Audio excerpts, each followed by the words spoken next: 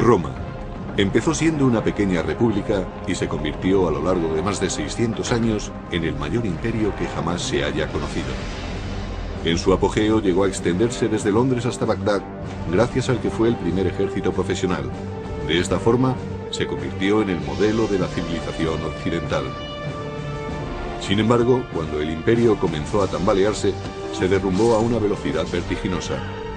El poderío de Roma solo tardaría 100 años en desvanecerse como el humo, barrido por las invasiones de los bárbaros. ¿Cómo ocurrió algo así? El Imperio Romano, la primera guerra bárbara.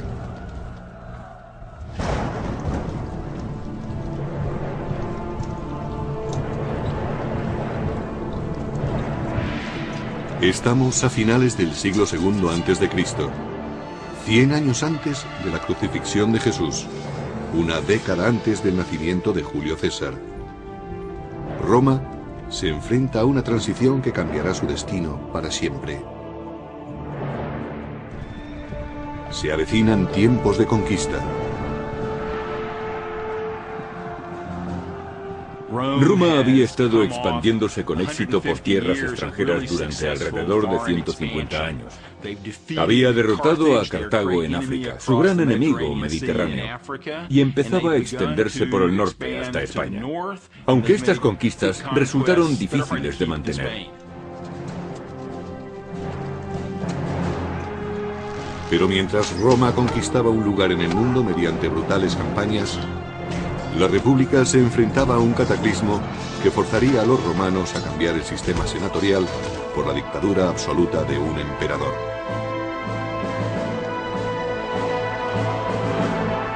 Todo empezó con la primera guerra con los bárbaros. En el año 113 a.C., Roma era dueña absoluta del Mediterráneo, pero junto con los territorios conquistados aparecieron nuevos enemigos.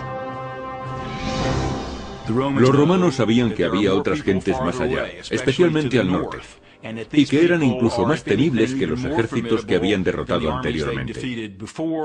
Les preocupaba que aquellas gentes invadieran Roma. Más allá de las fronteras romanas, los soldados se enfrentaban a una clase desconocida de guerreros. Los llamaban bárbaros, una palabra que significaba extranjero y rudo. Cualquiera que no siguiera las costumbres ni hablara las lenguas clásicas latín o griego era considerado alguien diferente, un bárbaro. Para los romanos estas gentes eran inferiores porque eran mucho menos civilizados que ellos. Solo la escarpada cordillera de los Alpes mantenía a raya a los bárbaros del norte. Desde el punto de vista de los romanos, la cordillera de los Alpes al norte de Italia era la barrera que los mantenía separados de las invasiones. Pero los romanos no controlaban aquella barrera. Sabían que podía ser rebasada en cualquier momento, y temían que el enemigo entrara en Roma a través de ella.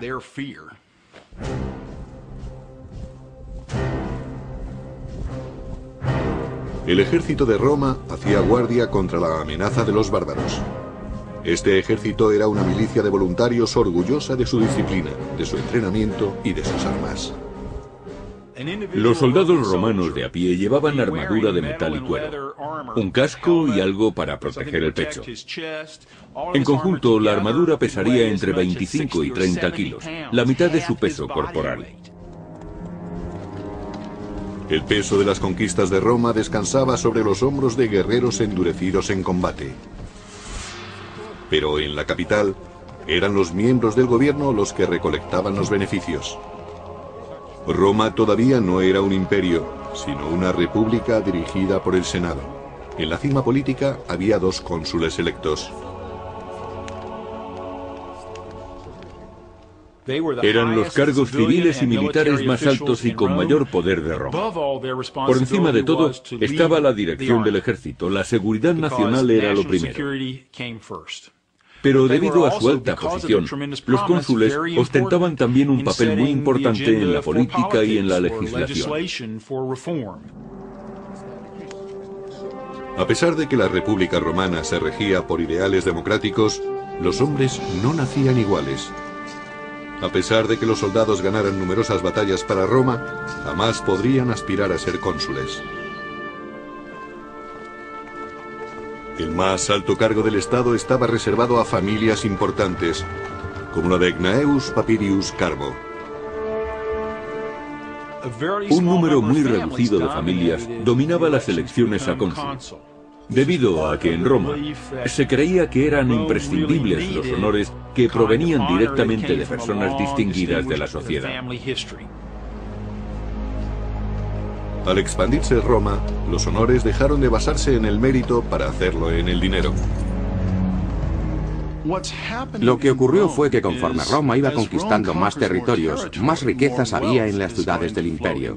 Y las riquezas ligadas al poder corrompían a ciudadanos y aristócratas por igual.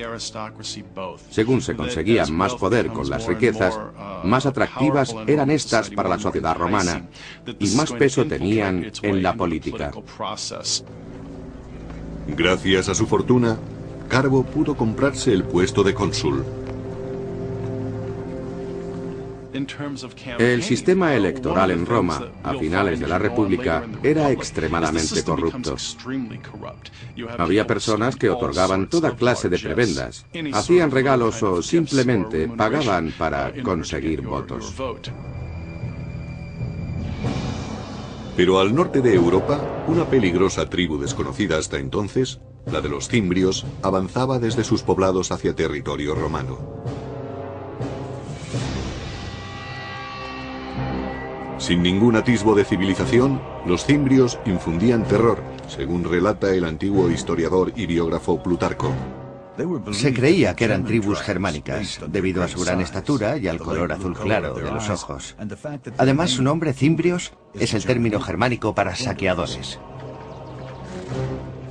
Conducidas por un gran líder, Boirix, sus hordas dejaban un rastro de destrucción allá por donde pasaban. Eran gentes características de la Edad de Hierro. Todavía hoy no se sabe exactamente qué es lo que buscaban. Quizá quisieran apoderarse de provincias que se habían hecho ricas comerciando con Roma. Es posible que solo buscaran la fortuna de las tierras próximas al Mediterráneo. Los cimbrios no eran los únicos a los que atrajo la creciente riqueza de Roma. Más hacia el sur, otras dos tribus bárbaras se unieron a ellos, los teutones y los ambrones. Los ejércitos bárbaros combinados se dirigieron directamente a territorio romano a través de un paso alpino, solo guardado por los habitantes de Noricum o Nórica.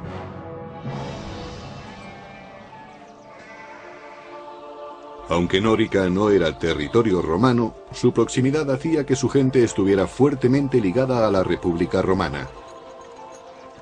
Nórica era una región situada en el territorio que ocupa la Austria moderna. Los romanos llamaban a sus habitantes Norici debido al nombre de la región, Noricum. Los Norici controlaban los pasos alpinos. Los romanos comerciaban también con los Noirici, pues tenían fama por su habilidad en el trabajo de los metales preciosos y del hierro.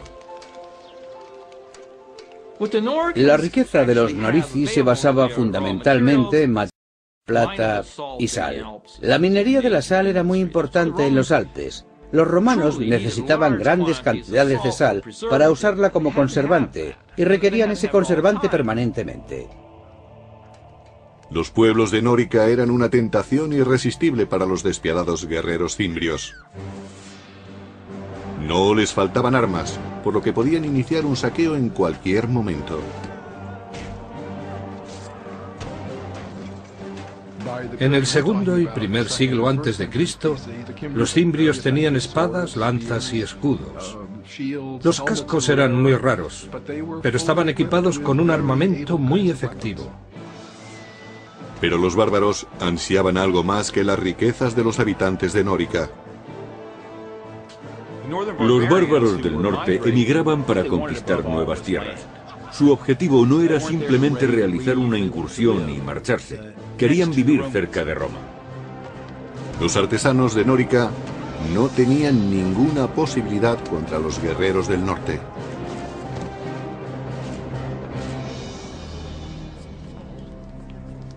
Los Norici enviaron un emisario a sus aliados del Senado romano pidiendo ayuda contra los sanguinarios invasores cimbrios.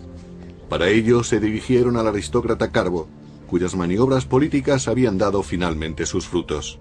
Ahora ocupaba el puesto de cónsul, el hombre más prestigioso de toda Roma. Carbo ordenó a su ayudante que empezara los preparativos para la guerra. Tenía solo un año para ganar la gloria y la riqueza que da la victoria. Tenía que demostrar sus cualidades de dirigente por medio de un acto viril. Y ese acto viril era hacerse con el éxito en el campo de batalla. Los generales no solo cosechaban para ellos y sus familias, sino para todos los que les seguían.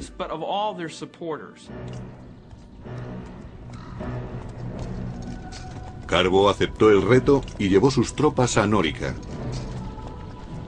A pesar de su total inexperiencia en las artes de la guerra, estaba ansioso por demostrar que era algo más que un acaudalado senador.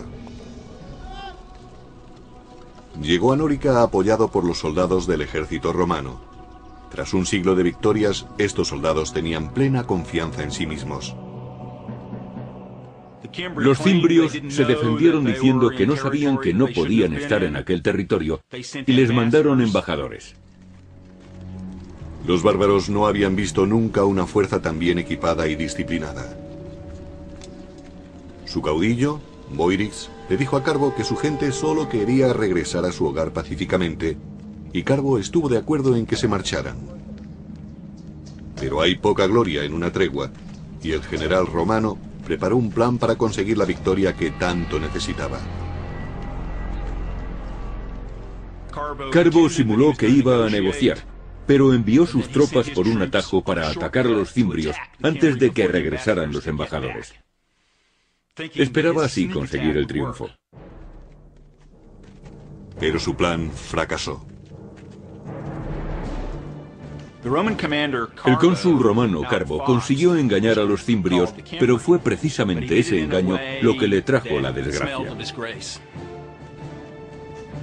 Algunos embajadores cimbrios lograron sobrevivir y denunciaron la traición de Roma al regresar a su campamento. Furiosos, los bárbaros juraron que no cejarían hasta cobrarse una sangrienta venganza.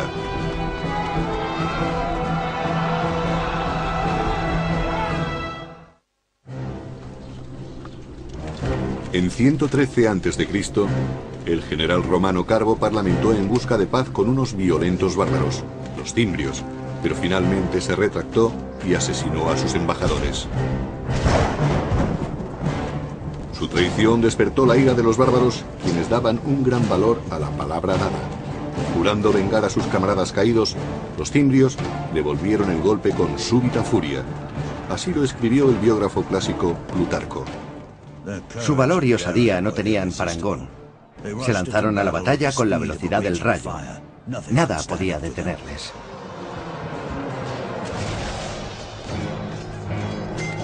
Conducidos por dos caudillos, Boirix de los cimbrios y Teutobocus de los teutones, los bárbaros avanzaron en oleadas incontenibles.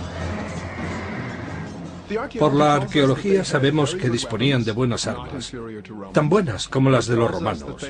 Hoy sabemos que estaban organizados militarmente, es decir, que la infantería estaba dirigida por oficiales. Pero los romanos no se dieron cuenta de ello hasta que fue demasiado tarde. Carbo se encontró repentinamente desprovisto de las comodidades y privilegios de la vida política de Roma. Allí el lenguaje del poder era hablado con sangre y acero. Como cónsul magistrado jefe de la guerra, había fallado miserablemente. Debido a que el cargo de magistrado jefe de la guerra solo duraba un año, quien lo ocupaba solía ser un novato en el campo de batalla. Era frecuente que la dirección de la guerra estuviera en manos de ineptos y que ocasionalmente acabara en un desastre para Roma. La batalla de Nórica fue uno de esos desastres. Al final, los romanos evitaron ser masacrados gracias a una tormenta descomunal que descargó con fuerte aparato eléctrico truenos y lluvia.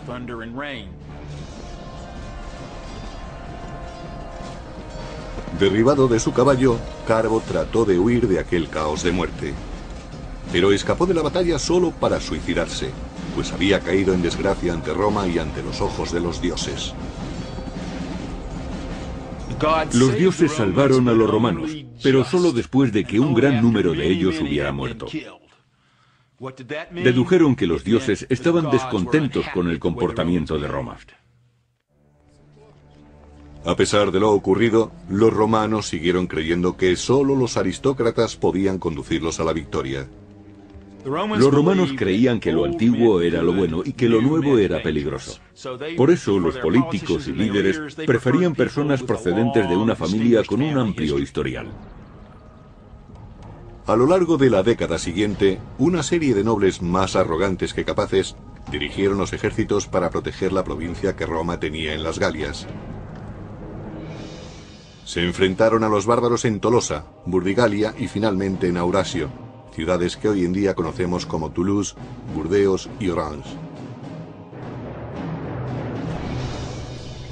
En cada combate los bárbaros derrotaron completamente a las legiones romanas.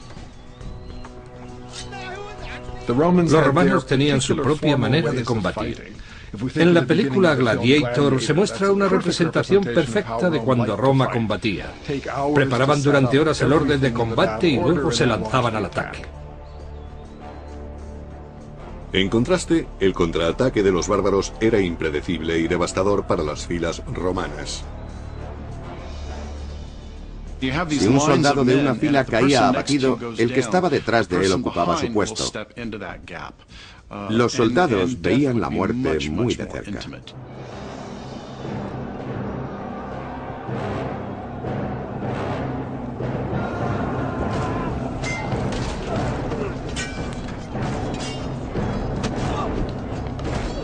Los tributos de sangre fueron asombrosos.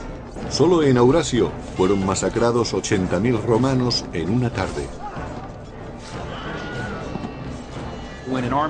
Cuando un ejército pierde cohesión, sus hombres pasan a ser peces en un estanque. Se les captura fácilmente desde cualquier esquina. Cuando cae un flanco, los vencedores matan a los enemigos uno a uno, sin correr ellos ningún riesgo. Lo que en principio era una batalla organizada, pasa a ser una ejecución en masa. Sus aliados deseaban algo más que la sangre y el botín de Roma. Algunos miembros del clan habían ido allí a echar raíces. Eran agricultores y comerciaban con sus productos. Vivían en pequeños poblados. Cultivaban trigo, cebada, centeno, avena y mijo, una amplia variedad de cereales. También cultivaban lentejas, garbanzos y habas. El ganado era extremadamente importante. Criaban cerdos, cabras y corderos. La nueva situación alarmaba a los romanos. Para ellos, la amenaza no eran solo los guerreros bárbaros, sino también sus mujeres. La presencia de las mujeres indicaba a los romanos que los invasores habían llegado para asentarse. En otras palabras, eran grupos que llegaban para alterar significativamente la forma de vida romana, amenazando a sus valores fundamentales. Si solo fuera una incursión, no serían más que un grupo de jóvenes a los que podrían manejar fácilmente.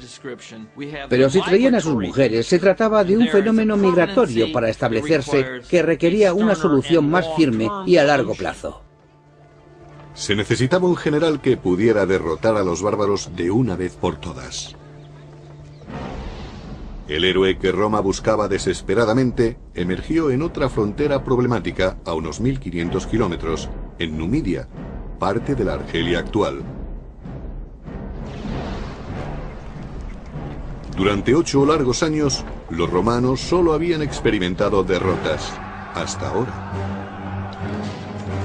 El nombre del Salvador era Mario. Con arrojo e inteligencia, aplastó a los ejércitos numidios del pérfido rey Yugurta.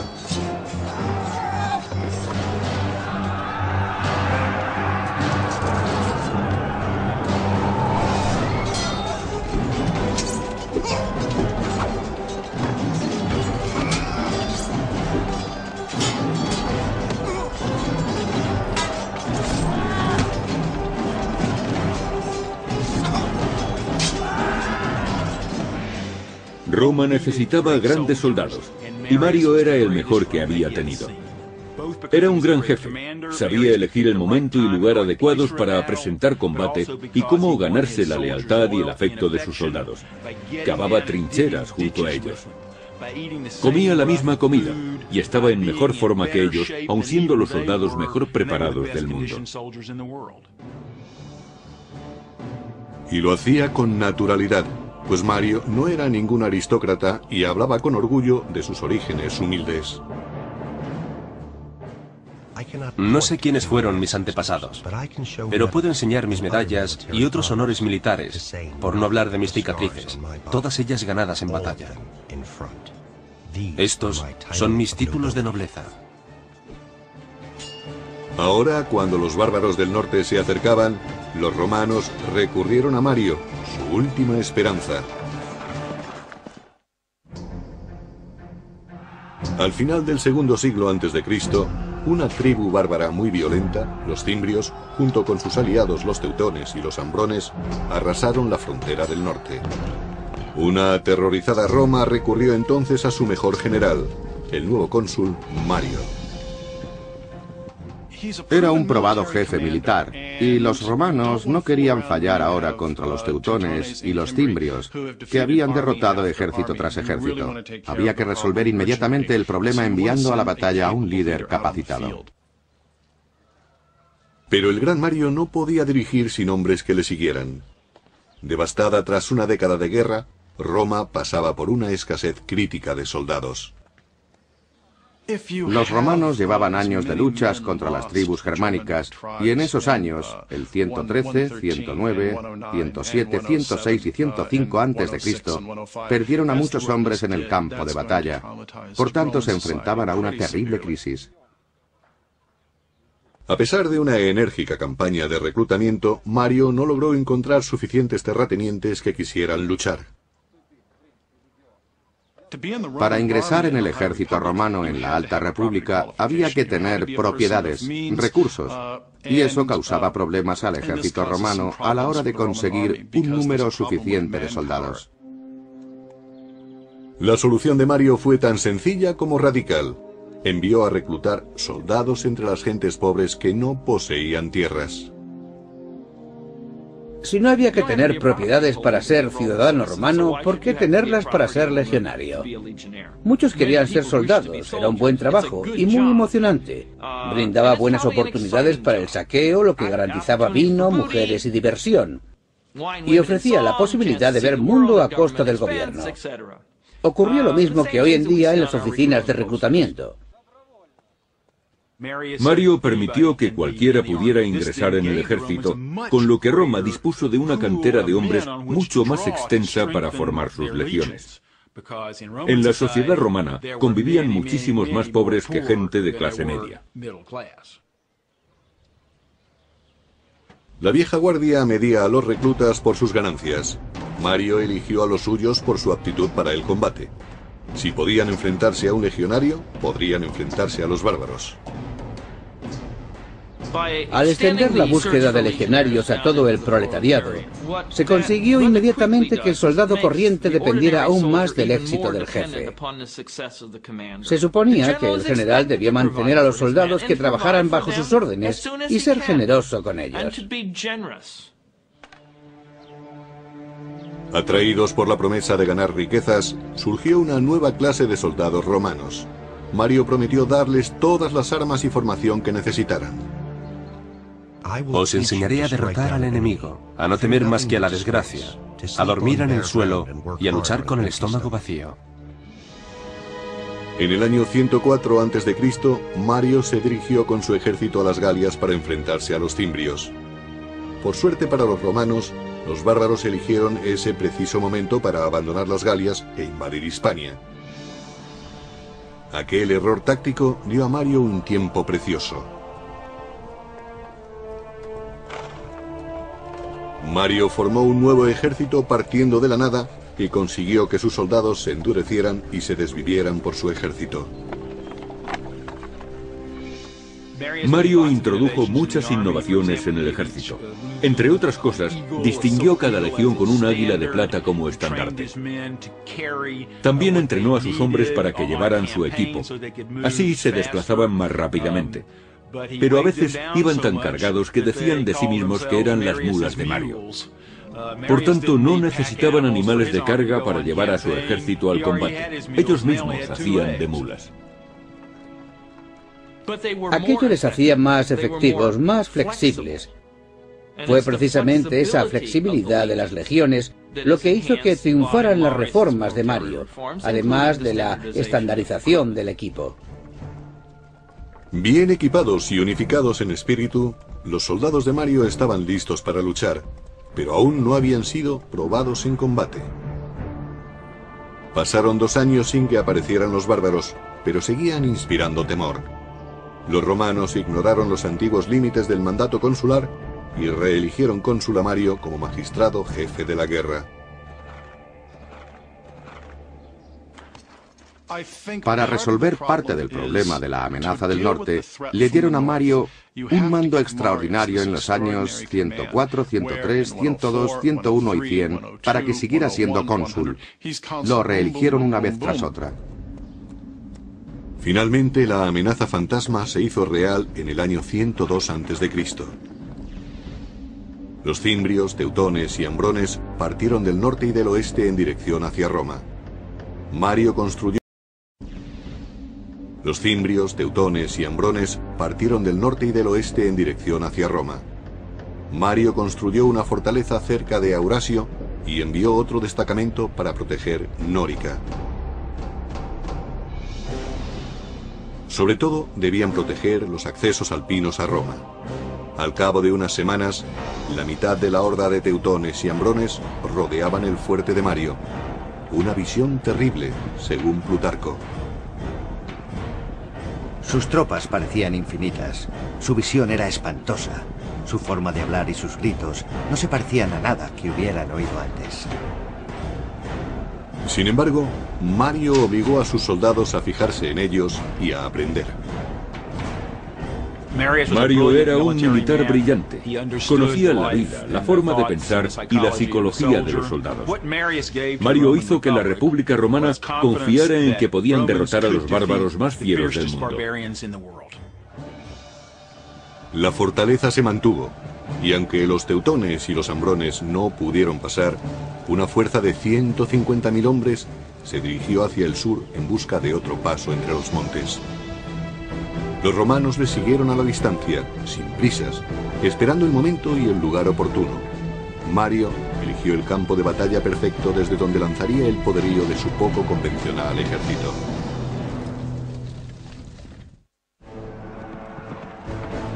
En el año 102 a.C., miles de bárbaros se dirigían a Roma. El gran general romano Mario persiguió a los teutones y ambrones mientras trataban de encontrar un paso entre los Alpes. Trasladó a sus soldados desde su fortaleza de Aurasio a Aquae-Sextiae, la actual Aix-en-Provence de Francia. Allí, Mario ordenó a sus hombres que acamparan, tras elegir cuidadosamente su posición. El campamento romano era una pieza singular de su maquinaria militar. Preferentemente debía estar situado en un alto para observar las maniobras del enemigo. Tenía forma de cuadrícula y estaba rodeado de un foso profundo con un terraplén que conducía directamente a él, conocido como Ager. Todos tenían una misión que cumplir. Solían tener una característica adicional que este campamento particular no poseía. De acuerdo con Plutarco, Mario eligió una posición que no estaba bien abastecida de agua. Se dice que lo hizo deliberadamente para animar a sus soldados a la lucha. Cuando se quejaban de que tenían sed, Mario les señalaba un río cercano al campamento bárbaro y les decía: allí tenéis agua para beber, pero hay que pagarla con sangre. A las orillas del Ródano, asentados en 2 grandes campamentos, los ambrones y los teutones tenían toda el agua que querían para beber. Convencidos de que los romanos no eran problema para ellos, Los hambrones se entregaron a los festejos. Los romanos, especialmente los soldados corrientes, tenían miedo a los bárbaros que estaban más al norte, los de climas más fríos. Los climas extremos endurecían a los hombres. Eran mucho más grandes que los romanos, gritaban más que ellos y desde el punto de vista romano olían muy fuerte. No porque no se bañaran, que probablemente lo hacían más que los romanos, sino porque se rociaban con grasa de oso. Los romanos utilizaban aceite de oliva.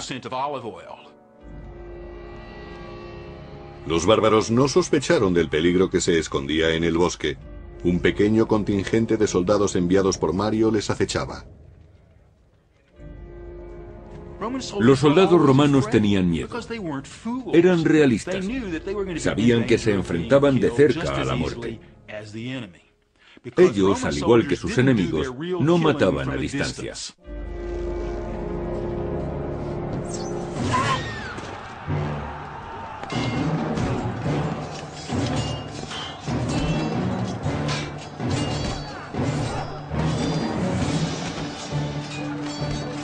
Las mulas de Mario se lanzaron al ataque, pero los bárbaros acudieron rápidamente en masa para contraatacar.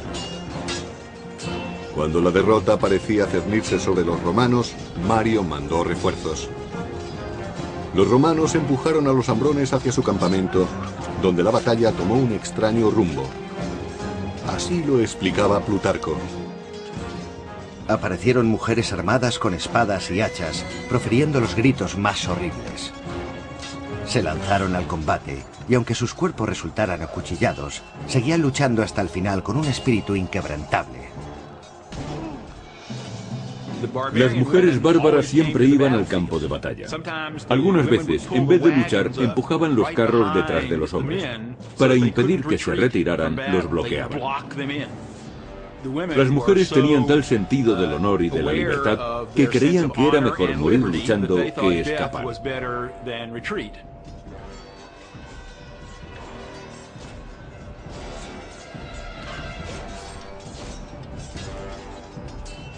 Para los romanos, aquellas mujeres resultaban increíblemente valientes y bravas.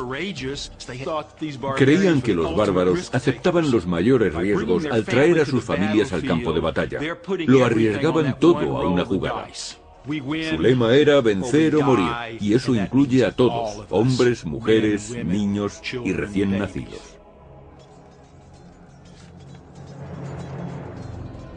Pero los romanos también tenían algo que proteger, su tierra y su honor. Con las artes que Mario les había enseñado, consiguieron su primera victoria contra los invasores germánicos en más de una década.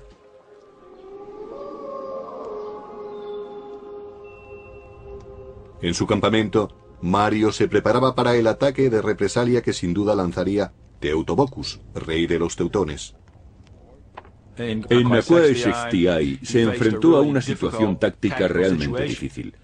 Como de costumbre, el enemigo era muy superior a los romanos. Pero Mario supo elegir el momento y el lugar adecuados. Por eso escogió el terreno con sumo cuidado. Mario dispuso una trampa con Claudio Marcelo, un capitán de su confianza.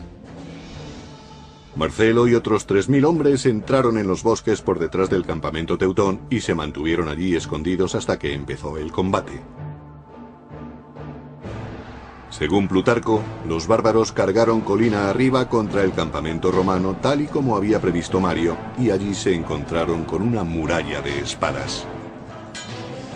El mismo Mario peleó en primera fila, poniendo en práctica las órdenes que daba a sus soldados. Estaba tan bien entrenado como el que más, pero su osadía sobrepasaba a la de cualquiera. Esta batalla era la prueba de fuego para las tácticas de Mario.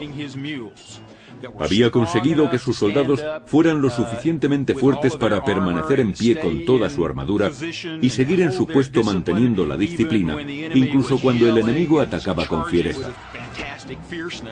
A continuación, se lanzaban contra ellos con sus espadas a modo de cuña móvil que caía de la colina despedazando las tropas enemigas. Cuando Mario y sus hombres forzaron a retirarse a los bárbaros, Marcelo y sus cohortes salieron del bosque.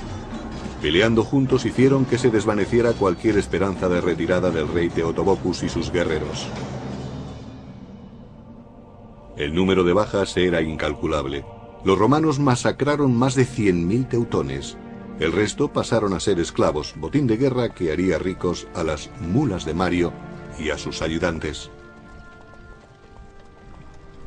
Se preocupaba no solo de sus soldados, sino también era muy generoso con los romanos de todas las clases sociales. Mario, al monopolizar el poder desde las alturas, se convirtió en un ejemplo a seguir, incluso para la clase senatorial.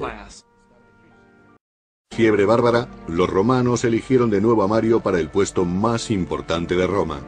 Sería cónsul durante un quinto periodo, algo que no tenía precedentes. Tenían tanto miedo de que los bárbaros cruzaran los pasos de los Alpes no controlados por los romanos y que destruyeran y saquearan Roma, que la política fue dejada a un lado.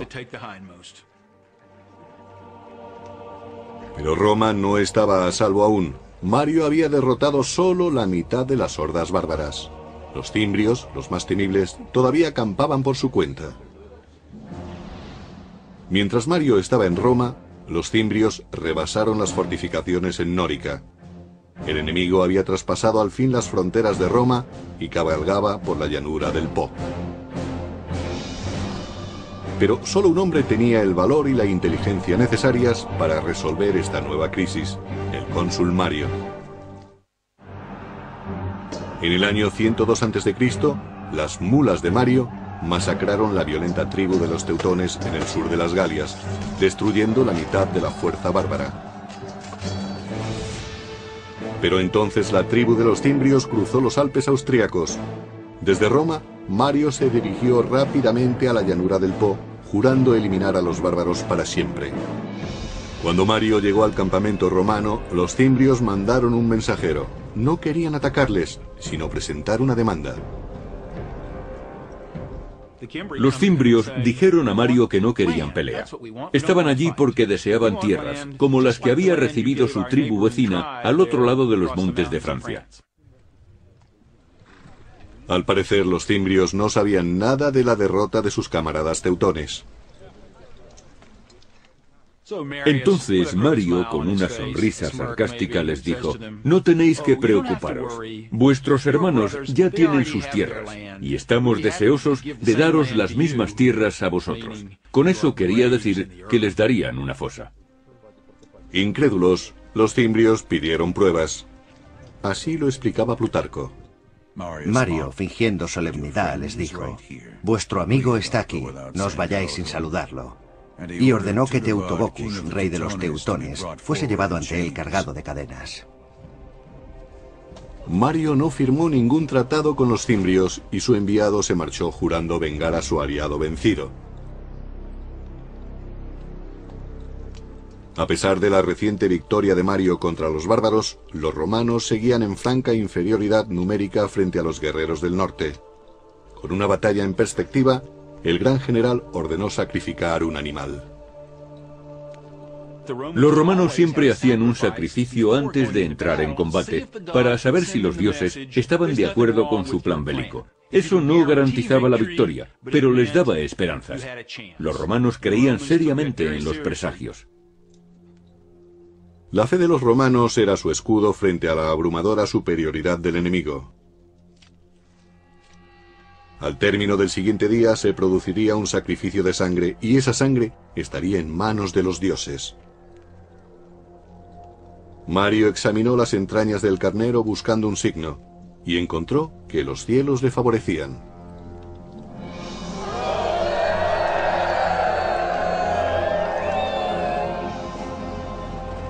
En el año 101 a.C., toda Roma sufría mientras los dos enemigos mortales se enfrentaban en la aldea de Vercelli, en la moderna Italia.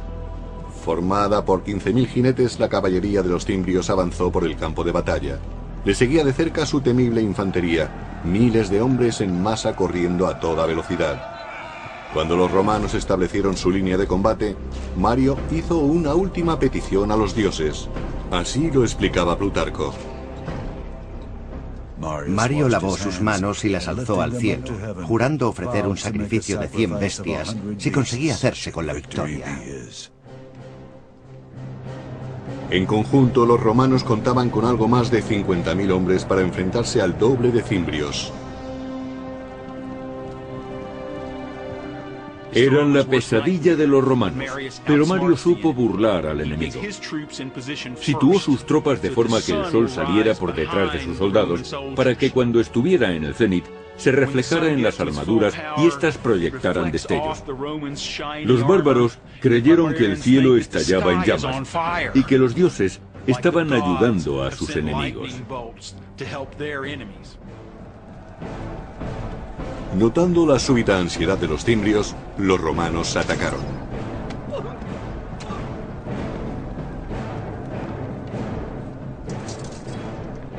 Los romanos tenían honderos y arqueros, pero la infantería era su principal fuerza de combate. Eran hombres que no flaqueaban ni al ver la sangre ni al escuchar los gemidos de los que morían. No podían saber a quién tenían detrás o a su lado porque llevaban casco. Apenas si podían ver lo que tenían por delante. Necesitaban un valor y una voluntad extraordinarios para sobreponerse al miedo.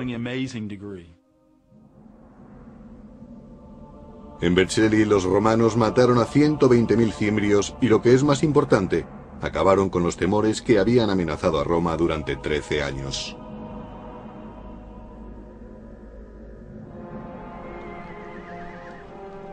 Tras la guerra, Mario volvió a Roma convertido en héroe. La multitud lo ensalzó como salvador de la República. A pesar de la vieja ley que no permitía ser cónsul 2 veces consecutivas, fue aclamado nuevamente para el puesto. Al hacerse de nuevo con el poder para el pueblo, Mario se acercaba cada vez más al concepto de jefe absoluto, el emperador. Y eso era exactamente lo que la aristocracia temía. Desaparecido el peligro de los bárbaros, muchos nobles se declararon abiertamente hostiles a Mario. Para permanecer en el poder, Mario tenía que buscar apoyos, y para ello acudió a políticos corruptos, partidarios del soborno y el asesinato. Desgraciadamente, Mario no supo elegir bien a sus aliados. En el terreno político, Mario no era decisivo, ni tenía la perspicacia que había tenido en combate con las lanzas y las espadas. Celoso de otros potenciales líderes militares, Mario ordenó asesinar a muchos de sus rivales. Bajo el mandato de Mario, la violencia se impuso al debate a la hora de dilucidar diferencias políticas. El general había salvado a Roma, solo para recortar el poder de la República. Sin embargo, Mario nunca perdió el afecto popular. En el año 86 a.C., poco antes de su muerte, le volvieron a elegir para un extraordinario 7º mandato consular. Dejó un legado de poder en manos de los militares y un legado de apoyo popular para el hombre que ostentara ese poder. Supuso un punto de inflexión que cambiaría el equilibrio de poder. En lugar de controlar el sistema consular entre varias familias, lo haría un único jefe militar. A partir de ese momento, el poder del dinero y el respaldo popular serían usados tanto como apoyo como para amenazar a los enemigos políticos. Y eso, al final, acabó convirtiéndose en un problema para la gobernabilidad de Roma. Cuando el imperio comenzaba a deslizarse lentamente hacia la dictadura, Roma entraría en un periodo de injusticia política y en una guerra de la que jamás se libraría.